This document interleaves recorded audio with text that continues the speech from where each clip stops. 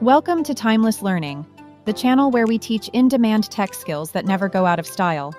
Before we jump in, make sure you like, subscribe, and turn on notifications, so you'll always catch our next big lesson on data, tech, and the future of work. By the way, guys, all the class files and materials are in the description below. If you don't see them there, just check the comments section. I've dropped the links there too. All right, so let's take a look at our tables and data before we get started. So we have two tables, the Apocalypse Sales, the Apocalypse Store. For this Apocalypse Sales table, we have the customer, product ID, order ID, units sold, and the date it was purchased. And then for the Apocalypse Store, we have product ID, product name, price, and production cost. Now, these are joined together, or they do have a relationship together via the product ID. So what we're going to be using are these new measures and new columns to create our DAX functions. So really quickly, let's go over to this report tab and let's drop down our fields over here so we can see everything. And so to get us started, we're going to go right up here to Apocalypse Sales. We're going to right click and click New Measure. And it's going to open up this right here, which is basically our bar where we can create our functions. And so right here, it's automatically giving us the name measure. But we can change that, and we're going to say count of sales. So now we can start writing our DAX function. That's just going to be the name of it and what's going to show up right over here once we click enter. So let's go over here, and we're going to say count. And as we're typing, it's automatically giving us options. It has something called IntelliSense. If you've ever used other Microsoft products, IntelliSense is their kind of auto-completion that helps you look at other options very quickly. And so we're just going to click on this count, and it's prompting us to put in a column name. And so we can come down here and we can select one, or we can type it out and it'll try to predict and help us choose which column to select. So for us, we're going to use this order ID, but let's just start typing it out. We'll say order ID, and then we can click on it. And we're going to close this parentheses and click enter, or you can go over here and click this check mark, but we're just going to click enter. And so over on this right side, it finalized that and saved that. And we can actually look at that by clicking on this box next to it. And we want to look at this in a table. So now we can see that there are 74 sales. Now, for this, we want to see who's buying our products. We want to see what our client name is. So we're going to go over here and we're going to choose customer. And we're going to put customer on top of sales. And we're just going to take a look at it like this.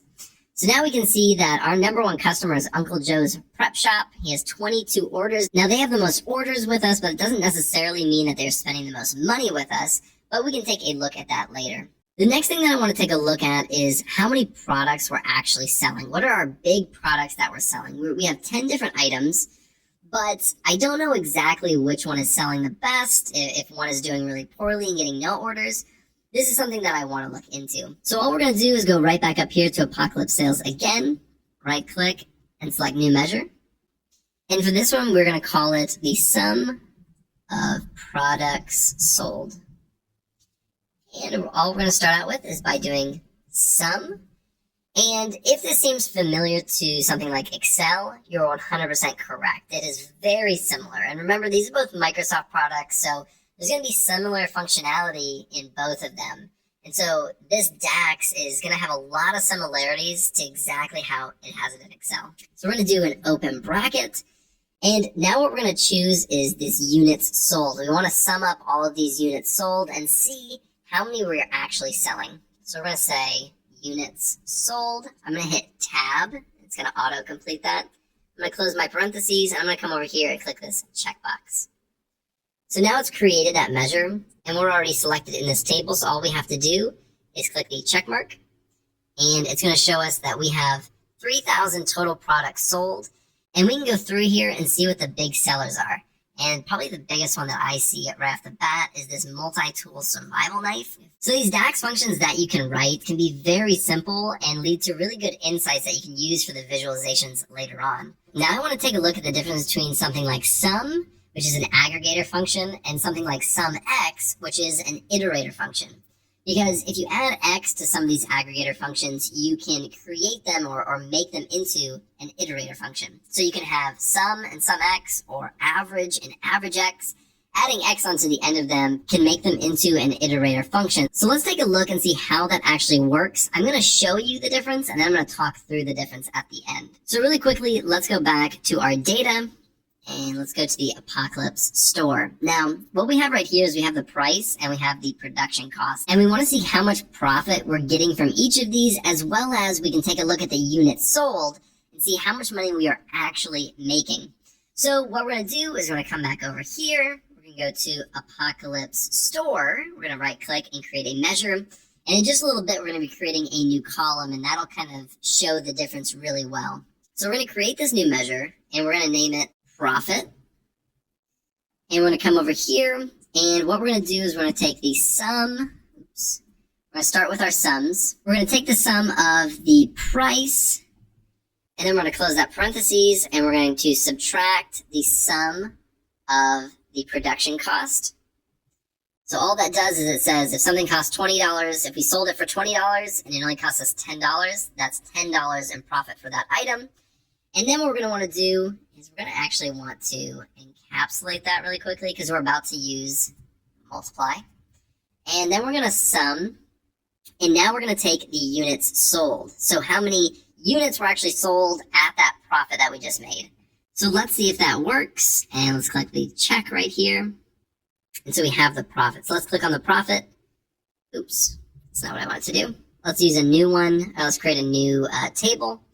We're going to click profit, and let's make it a table. And I'm going to pull this right over here. Now we have our profit, but what I really want to know is which customer is spending the most money at my store. So we're going to come right over here. We're going to click on customer. Customer at the top. And just at a glance, we can see that Uncle Joe's Prep Shop is spending the most money at the store. Now, what I want to show you is the difference between sum and sum X. So what I'm going to do is I'm going to go back to this profit and going to copy this entire thing. And we're going to go back here to this table. Now, we just created a measure, and we were able to break it down by each customer. So let's go back over here. Now let's go up here to home, and we're going to create a new column, and we're going to call this profit underscore column, and we're going to literally paste the exact same thing into here. And we're going to hit enter, and each row is the exact same thing. So what it's doing is it is going through the price, and it's adding all of it up and calculating it at the bottom. It's adding the production cost. It's going all the way down and calculating it at the bottom. And then it's going over and looking at how many units it sold. And then it's performing this calculation up here. And then it gives us the total, and it's doing it for every single row. But that's not really what we want it to show. What we want it to show is the profit for each row. What we want it to say is here's the price for the rope, the production cost for the rope, and then how many units we actually sold. And then it'll calculate that and give us the actual profit for just that row. But we cannot do it by just using this sum. What we need to do is use something called sum X. So let's add another column. Let's go back to home. I'm going to say new column. And now we're going to say profit underscore column underscore sum X. And now we're going to use sum X and hit tab. And we need to choose the table that we want to put this in. So we're going to say Apocalypse Sales, because that's the table that we're looking at right here. We're going to say comma. And now we need to input an expression, which it says it returns the sum of an expression evaluated for each row in a table. Before, when you're just using sum, it's looking at all of these combined. Now it's taking it row by row. So what we're going to do is basically input the same thing as we did before. I'm going to copy, I'm going to paste that. It's not going to be correct. I need to get rid of these sums. But it's basically the exact same equation. Give me just a second. And let's get rid of this sum. And let's see if this works. So let's click the check button. And now this looks a lot better. So what this is now showing us is at a row level, this nylon rope made us $51,000, almost $52,000. The waterproof matches made us $15,000. And we can go down and look at each item and see how much that actually made us. versus this profit column. And so that is the biggest difference between sum and sum X. Hopefully that made sense. I know that sum and sum X and the difference between an aggregator function and the iterator function can be a little bit confusing, especially if you've never done it before. But hopefully that was a good example for you to understand that concept. Now let's go back over here to Apocalypse Sales. Right here we have a date purchase. Now in the DAX function, we have some ways that we can interact with dates. And so I want to take a look at those really quickly. So we're going to go right up here and click on New Column. And we're just going to leave that as column. But what we're going to say is day. So there's a few different ones. We have day, dates, YTD, next day, previous day, and weekday. And they all are pretty self-explanatory. If you click on it, let's click on weekday. It says it's going to return a number from 1 to 7, identifying the day of the week of a date. So let's use this really quickly. And so we're going to say date purchased and click tab, hit comma, and it's going to give us three different options basically. It's a 1, a 2, and a 3. Right here, if you hit this button, read more, you can read more on it. This is going to say Sundays equal to 1, Saturdays equal to 7. I like this one personally, which is Monday equals 1. In my brain, it just makes more sense. So I'm going to click on 2. I'm going to close that parentheses, and we're going to, I guess I'll say, let's say day of week for the column. Let's click that checkbox. And now Saturdays are equal to 6s, Mondays are equal to 1. This allows us to see which day of the week people are buying the most products on, or which day of the week is somebody submitting their orders on. And so let's go over to our report. Let's get rid of this. I'm just going to move this. Oh, geez, I hate moving stuff sometimes. All right, really quickly, I want to show you the difference between what we just did and what we already have. So we have this date purchased, and let's make that into a bar graph. And what we're going to be taking a look at is actually the units sold. So right here, we have this, and obviously we don't want 2022, we're going to get rid of the year. We only have 1 quarter. Right here, we can see January, February, March, so we can tell that January has the most sales, or the most units sold in that month. If we get rid of that and we go down to day, we do have some information, but we don't know what day of the week it is. It could change from month to month, and it's really hard to tell exactly if there's any pattern there at all.